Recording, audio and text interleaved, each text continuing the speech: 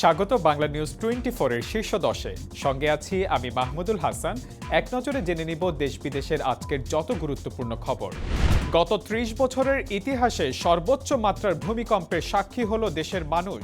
সকাল 10:38 5.7 মাত্রার এই ভূমিকম্প অনুভূত হয়। ভূমিকম্পের উৎপত্তি স্থল নরসিংদীর মাধবদী।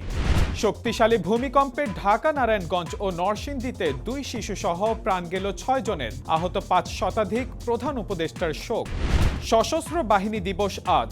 মহান মুক্তিযুদ্ধে আত্মদানকারী সশস্ত্র বাহিনীর সূর্য সন্তানদের উদ্দেশ্যে রাষ্ট্রপতি এবং প্রধান উপদেষ্টার শ্রদ্ধা নিবেদন। অনুষ্ঠানে যোগ দেয়া বিএনপি চেয়ারপারসন খালেদা জিয়ার সঙ্গে প্রধান উপদেষ্টার একান্ত সাক্ষাৎ। ডিবি হেফাজতে মারা গেছেন আলোচিত কিবরিয়া হত্যা মামলায় আটক মুক্তার। পুলিশের 3 সদস্যের তদন্ত কমিটি গঠন। তত্ত্বাবধায়ক সরকার ব্যবস্থা নিয়ে আদালতের রায়ে সন্তোষ প্রকাশ করলেও শঙ্কা কাটছে না রাজনৈতিক দলগুলোর। ক্ষমতা হস্তান্তর প্রক্রিয়া নিয়ে রাজনৈতিক দলগুলোর মানসিক পরিবর্তন না হলে রায়ের সুফল ভোগ করতে পারবে না জনগণ, আশঙ্কা বিশ্লেষকদের। ডিজিটাল লটারির মাধ্যমে ক্লাস 1 থেকে 9 এর ভর্তি কার্যক্রম শুরু। একই প্রক্রিয়ায় ভর্তি চলবে সরকারি বেসরকারি স্কুলে।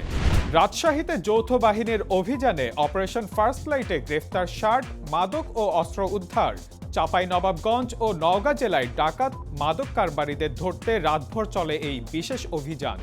অভিবাসন আইন লঙ্ঘনের অভিযোগে মালয়েশিয়ায় 114 বাংলাদেশি সহ 468 বিদেশি নাগরিক আটক। স্থানীয় জনগণের তথ্যের ভিত্তিতে পরিচালিত হয় এই অভিযান।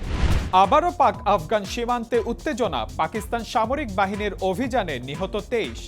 আয়ারল্যান্ডের বিপক্ষে দ্বিতীয় টেস্টের তৃতীয় দিনের খেলা শেষে 367 রানের লিড বাংলাদেশের। ভূমিকম্পের জন্য 3 মিনিট খেলা বন্ধ থাকে। আজ এই পর্যন্তই। সবশেষ খবর সবার আগে জানতে ভিজিট করুন বাংলা নিউজ 24 এর ওয়েবসাইট, ইউটিউব চ্যানেল এবং ফেসবুক পেজে। এতক্ষণ সাথে থাকার জন্য ধন্যবাদ।